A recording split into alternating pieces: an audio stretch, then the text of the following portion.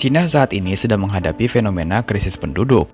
Negara yang dulunya berada di peringkat satu terpadat di dunia ini kini tergeser dan mulai mengalami fase kekurangan penduduk usia produktif. Lantas, apa sih yang bikin mereka jadi ikut ketularan fenomena ini? Lebih lengkapnya, Desmedia kasih rangkumannya buat kamu.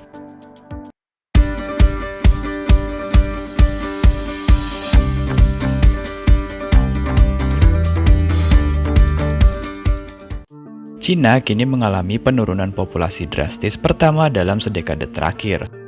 Posisinya sebagai negara dengan jumlah penduduk paling banyak di dunia pun akhirnya tergeser oleh India.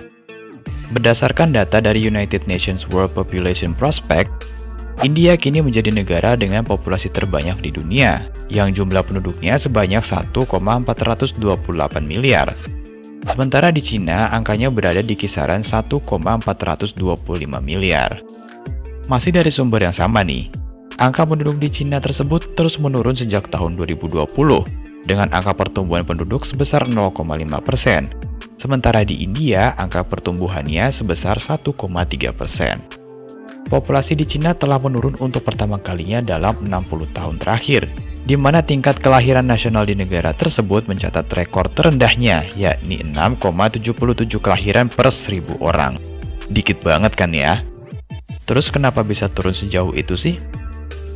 Gini penjelasannya. Terakhir kali Cina diyakini mengalami penurunan populasi adalah selama periode penuh gejolak yang dikenal sebagai lompatan jauh ke depan, dimulai pada akhir tahun 1950-an. Nah, lanjut di tahun 1980, pemerintah Cina secara resmi melembagakan kebijakan satu anak yang kontroversial, di mana secara hukum kebijakan ini membatasi keluarga untuk memiliki lebih dari satu bayi. Kebijakan tersebut dimaksudkan untuk lebih membatasi pertumbuhan penduduk di Cina dan membantu merangsang ledakan ekonomi di negara tersebut. Pada akhirnya, kebijakan tersebut malah membuat tingkat kelahiran rendah sedangkan populasi tidak produktifnya bertambah besar. Atau bahasa simpel lagi nih, bayi yang lahir semakin sedikit sementara orang tuanya tambah banyak. Pada tahun 2015, Cina mengakhiri kebijakan satu anak dan mulai mengizinkan pasangan untuk menikah dan memiliki 2 anak. Sebelum akhirnya ditambah lagi pada tahun 2021 dengan mengizinkan satu keluarga memiliki 3 anak. Nah, kebijakannya udah dirubah. Bahkan satu keluarga udah boleh punya anak 3. Terus kenapa sih tetap ada penurunan populasi? Nah, berikut ini penjelasannya.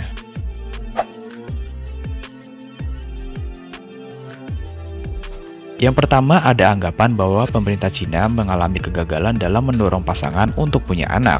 Hal tersebut dibuktikan oleh riset dari Yun Zhou, yaitu seorang profesor sosiologi dari University of Michigan, di mana Profesor Yun Zhou mengatakan bahwa usaha Cina dalam membalikkan arah dan mendorong keluarga untuk memiliki lebih banyak anak itu tidak berhasil. Menurut penelitiannya, ia melihat bahwa banyak perempuan yang sering menolak dan lebih cenderung memprioritaskan pekerjaan mereka serta pengejaran cita-cita individu daripada harus memilih insentif berkelanjutan ini. Tapi, karena berhubung Cina adalah negara otoriter, masih harus dilihat lebih jauh apakah negara ini akan berusaha terus memberikan insentif kelahiran atau tidak.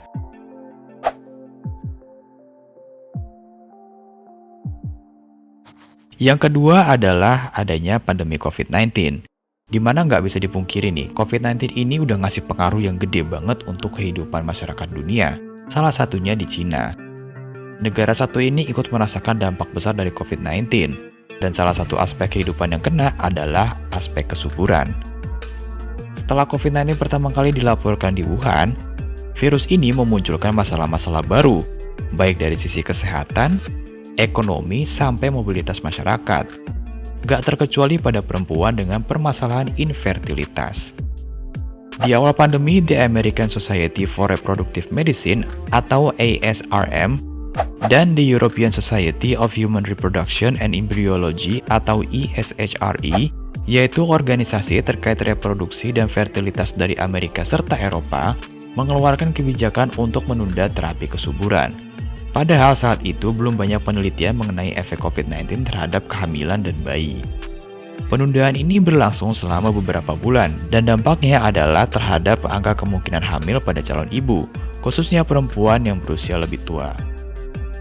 Dalam banyak kasus, kondisi ini dapat berujung pada problem psikologis, Karena adanya stigma sosial bahwa seorang perempuan itu harus punya anak. Terapi kesuburan juga jadi proses panjang dan dapat menimbulkan stres psikologis serta gangguan emosional. Ketakutan akan ketularan virus, masalah ekonomi, udah gitu dibatasi pula pergerakannya, ini memperburuk depresi dan menambah kecemasan pada perempuan dengan gangguan kesuburan. Oke, itu dia penjelasan singkat tentang fenomena krisis penduduk di Cina. Semoga kamu jadi semakin paham dan semakin tahu tentang fenomena ini. Tinggalin pendapat kamu di kolom komentar terkait krisis penduduk ini. Jangan lupa like dan subscribe untuk terus dukung channel ini dan kita ketemu lagi di video selanjutnya.